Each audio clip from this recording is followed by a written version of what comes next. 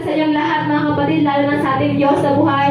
So amen, praise God. Itaas ang kamot sa walang problema. Ay, praise the Lord, walang problema si Tatay Juan. Amen, praise God. So praise God. Amen mga kapatid.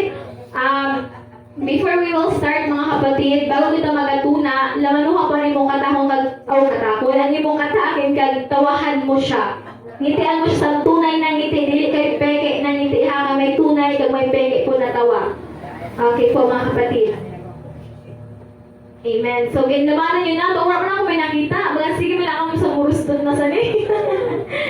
Dapat mga kapatid, dapat adlaw sa Domingo, dapat nakita, dapat na masaya kita na nagpupuri sa Ginoo. Kasi sabi nga ni Pastor Runi na loba naman, sabi niya, na itulugod na, di ba, sa Bulangan, grabe na ribok. May nagsabi, wala, amot ka na siya kagtuong. Amot ka na siya, basta may nagsabi sana, grabe na ribok ninda, grabe, pero sa sulod sa Sibano, kay grabe lugod na puyo. Ultimo pagtaasan ka mo, di na mahimo. Ultimo pagpuri na sa Ginoo, di na kaya himoon. Kaya dapat mga kapatid, sabi ni Pastor, amo po dapat, sulod dapat Siban, amo dapat, yung pinaka maribok na pagdahig sa Ginoo, dinig at tulugod sa Bulangan. Amen mga kapatid, bato-bato sa langit na matamaan, dili po dapat kita maurit. Instead, magpasalamat po kita sa atong Diyos na buhay kay mas gusto ni Lord na babaguhon pa kita. Amen? Pag natamaan kita, dili pag sabihin, ay, di na ako masiba sa Domingo. Kasi si Pastor, di pa patamaan ako.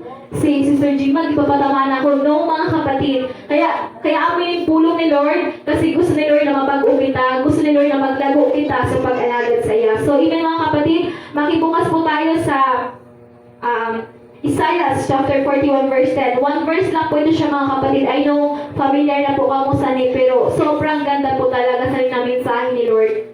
Sabi po dito sa Isaiah chapter 41 po, verse 10. Ako'y sasa iyo, huwag kang matakot. Ako ang iyong Diyos, hindi ka dapat mangamba. Palalakasin kita, at tutulungan, iingatan at ililigtas. Amen. Praise God. Close your eyes mga kapatid. Mag-pray po ana kita. Pagkatuko natin mag-aulo at mag-pray kita sa ating Diyos na buhay. Yes, Lord. Hallelujah, Jesus. Dakilang Diyos na makapangyarihan. Muli po, Panginoon, kayo po nagpapakumbaba, tinataas sa iyong dakilang pangalan sa oras ito, Lord God. Lord, inaamin po namin, Panginoon, na wala po kayong magagawa kung wala ka sa aming mga buhay, Panginoon. Lord, I pray God kung ano po yung plano sa kaaway, mga distractions, Lord God. Ano po mga alahanin, Panginoon, sa tagisan sa amon, Lord, ano po problema na ginakaharap sa tagisan sa amon, Lord. Tulungan niyo po kami, Lord, na dili po dapat kami na mag-focus, Lord. Instead, Panginoon, dapat po, Lord, mag-focus po kami na sa imo, Ginoon. Mag-focus kami, Lord, na mamati sa imo pulong, Lord God.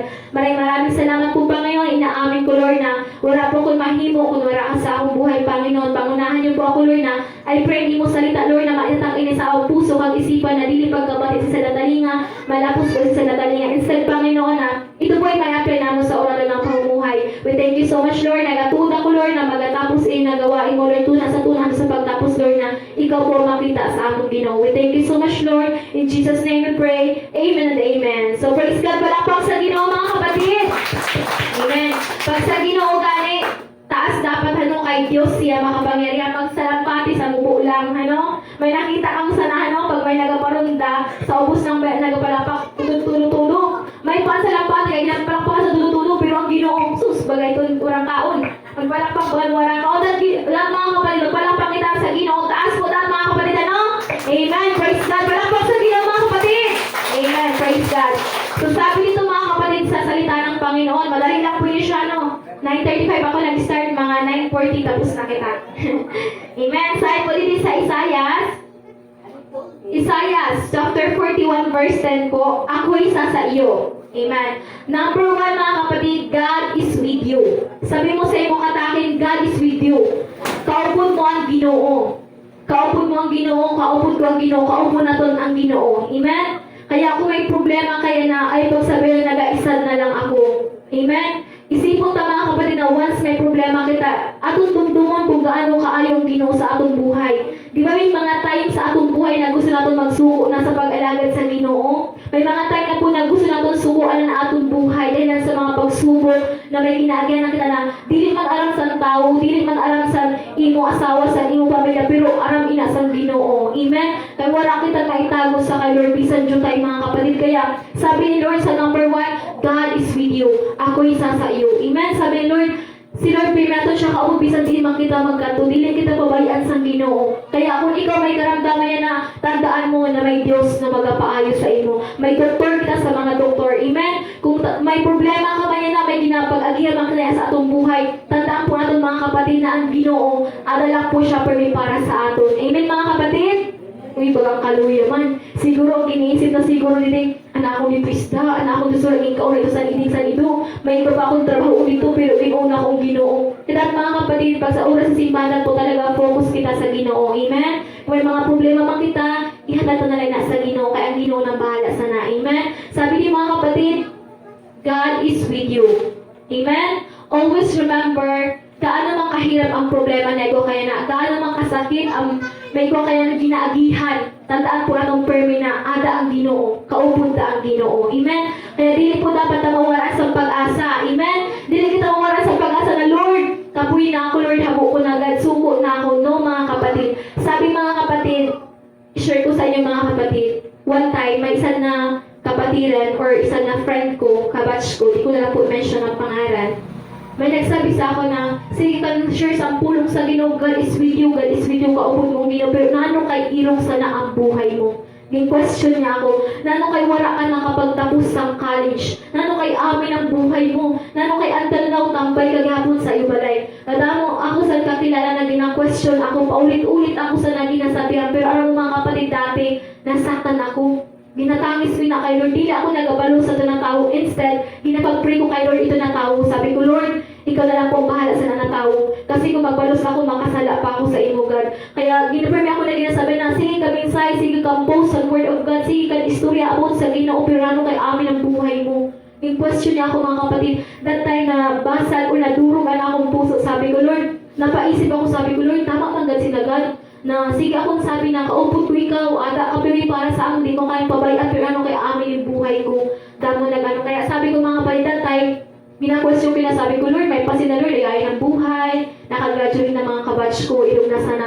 Pero one time mga kapatid, sa ginsuko ko ito sa Ginoo tanan, as in fully surrender ko kay Lord, hinatag ko talaga po sa Ginoo tanan. Sabi ko, Lord, armo habang nag-pray ako, yung tangis ko kay Lord, sabi ko, Lord, hindi man po nakita sa tao ang sitwasyon ko, pero ikaw, kag-aram mo po talaga, sulod sa puso, kag-isip ko. Sabi ko, Lord, nadamang tao na gina-question na mga daw kay Jerusalem buhay ko. Na daw kay Jerusalem that time, nag-pray ako, sabi ko, Lord, ginahatag ko na po sa imong tanan, kasi kapoy-kapoy na akong kakaisip, na-stress na ako. Dili ko po naging sabi ang binulang po sa nakaaram. Tapos mga kapatid, that time po mga kapatid, habang nag-pray ako, nangusap ang Ginoo sa ako na, you don't need to compare yourself to others. Dili mo po kailangan ikumpara ang imo sarili sa bisan sino man. Tandaan ka po ina na may kanya-kanyang plano ang Ginoo sa atong buhay. Amen? Kung maaari ito ang imong kapatiran na bisan dili nagasimba mayaman siya, pasalamatan mo siya, di kay maawa ka, masabi ka, pag ako magkaigo sa motor, kaya di mo ako pinasakay, di ko man ikaw pasakayon. Baya ako ikaw, bulag-bulag ka na sa init, pabayaan ko ikaw. No mga kapatid, kailangan pag pinagpala kita sa Ginoo, ibalik ka dapat sa Ginoo, papuri, dili kay masabi ka, maguro hambong na kita. No mga kapatid, kailangan mga kapatid, pag pagpala kita sa kay Lord, gamiton na po dapat ina para makabuli kita una sa gawain niya sa pamilya natin kag sa mga kapatiran na nangangailangan. Amen? Once na give-bless kita ni Lord, hindi kayo maghinambong kita. Kaya mga kapatid, that time, I am so blessed and thankful kay Lord kasi pinarealize ni Lord, nangusap sigad sa akong through prayer kasi sabi ko, Lord, tama si the Lord na wala na akong pag-asa kasi tama man talaga sinatambay ako until now, wala sa may nangyari sa buhay ko. Pero glory to God, salamat sa Panginoon kasi parang dami sa ako mga kapatid ni Lord na di mo kailangan pag-ikumparaan mo sa diri. Tandaan mo kung ano man ang para sa inda, para ina sa inda. Di mo kailangan maawa, di mo kailangan mainggit sa inda kasi para po ina sa inda. Kumbaga, kung ano itong plano, kung ano itong nangyari sa inda buhay, itong ginhatag ni Lord para sa inda. Sa aton, maabot man sa perfect timing ni Lord, basta magpulat lang kita. Kaya mga kapatid, kung ano ang pala itong problema na ito kita sugad yan na, i-pray ta lang sa kay Lord. Fully surrender ta lang kay Lord. Dili kay sabi ka ni Pastor Merong po santo, itatako talaga ni sa puso kag sa isip ko habang nag-mensahe siya na, once naging bitawan mo na, once naging biyaan mo na, ay napagbalik-balik ka. Ay na ba, nagtalikod ka na, balikod mo naman siya. No mga kapatid, kailangan once na hinatan na natin kay Lord ang problema natin, ihatan natin sa iyong warang pag-alinlangan. Na Lord, may kaaway ako. Lord, may nauritan ako. Lord, may kaurit ako sa puso ko. Buligi ako, Lord, na mahalin na akong kaurit sa akong kapwa. Mamalaya mo na lang mga kapatid, na kaurit mo gali sa imong kapwa, wala na gali. Kasi ito na tao mismo, nag-apiki na sa imong kag siya paan na ngayon isang sorry, kag ikaw na ngayon kapag sa sorry saya. Kaya mga kapatid, always remember, permit po na itong itatak sa atong mga puso kag isipan, nakaupod ta ang Ginoo. Amen?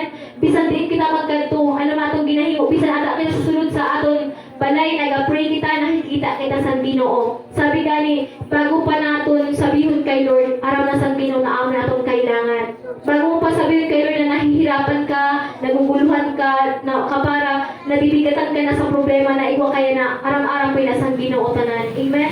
Kaya, bago mo sabihin kay Lord na, Lord, kapoy na ako, Lord, nakakapoy na ako pagsimba, nakakapoy na ako sa tanan, Lord, sa tanan na bagay. Aram-aram na poy na sa Ginoo. Amen? Kasi, pwede kita mag-pretend sa kapwa nato, pwede kita magkunwari, pwede kita magbuwa sa atong kapwa. Kasi sabi nga, mas madali magbuwa kaysa magsabi sa tinuod. Say amen. Amen, ano? Mas madali magbuwa kaysa magsabi sa tinuod. Kaya mga kapatid, always put in your heart, in your mind, na ada lang si Lord sa imo. Ano man ang ginasabi sa mga tao sa atong patalikod, isurrender na lang ina kay Lord, ihatag na lang ina sa Ginoo kasi anglad na sana ang bahala. Okay, number 2 mga kapatid, huwag kang matakot. Don't be afraid. Amen? Kung may mga kasakit kaya na may karamdaman ka man na gasi mo wala ng pag-asa, gasi mo kundi ka na magiging okay, isurrender lang ang tanan sa Ginoo. Amen? Kasi si Lord, Diyos siya na maayos sa aton. Na bisan gaano man kita makasalanan, bisan na daw man kita pagkukulang kay Lord, still, mahal gihapon kita sa Ginoo. Amen? Na bisan yung mga tayo na mas nauuna natin ang mga bagay di sa mundo kaysa kay Lord, mahal gihapon kita sa Ginoo. Amen? Kahit paulit-ulit naman si Lord gisaktan, ada gihapon siya para sa aton. Kaya dapat ang katakutan. Ano man ang problema na mag-abot, although may mga tayo na nahadlok kita kasi sunod-sunod ang problema, sunod-sunod ang karamdaman, sunod sa pamilya natin, pero mag-pray lang. Amo lang po talaga ang solution. Mag-pray, kag unahon lang talaga ang Ginoo kay si Lord ang magapaayos sa atin. Kaya kung may problema kita, kung ang Diyos ay panig sa atin, sino ang makakalaban sa atin? Kung may Diyos kita sa atong buhay, sino ang makakalaban sa atin? Wala mga kapatid, bisa may problema ka, bisa may kaguluhan man ka, bisa may karamdaman ka man na ginatago-tago, may broken heart ka man yan na aramin na sa God. Amen? Kasi wala kita maitago sa atong Diyos na buhay. So mga kapatid, ako ang iyong Diyos. Amen. Number 3, si Lord ang atong Diyos. Dili kay ikaw ang Diyos, dili po ako ang Diyos, kundi ang Ginoo lang. Amen? Kaya kung may problema ka, dili ka mag-una-una. Dili ka magsabi ka, Lord, dakalaan ay Lord ha, sa likod ko lang ay ka, Lord. Ako lang bahala sa ni, kaya ko na yung Lord. That time, ipaparamdam sa imo sa Ginoo na sa sobra na ito namin sa nabagan ginahambong lang kita o nagahambong lang sa atong sarili. That time, ipaparamdam ni Lord na, anak, dili mo kaya anak kunwara ako sa buhay mo. Na anak na bisan kung adlaw ka, yes, I know may kalakasan kita, malakas kita, pero ang lakas at tao may limitasyon lang. Kasi ang buhay natin, si Lord po ang may-ari sa ni. Amen? Anytime pwede kitang kuhaon sa Ginoo, kaya dapat mga kapatid maging tapat at totoo tayo naglilingkod sa ating Diyos na buhay. Maging ang mga kayamanan na ikaw kita. Sino mayaman din mga kapatid? Mayaman sa pagmamahal ni Lord. Amen. Kita ito. Kaya sabi gani, wala na sa pinaka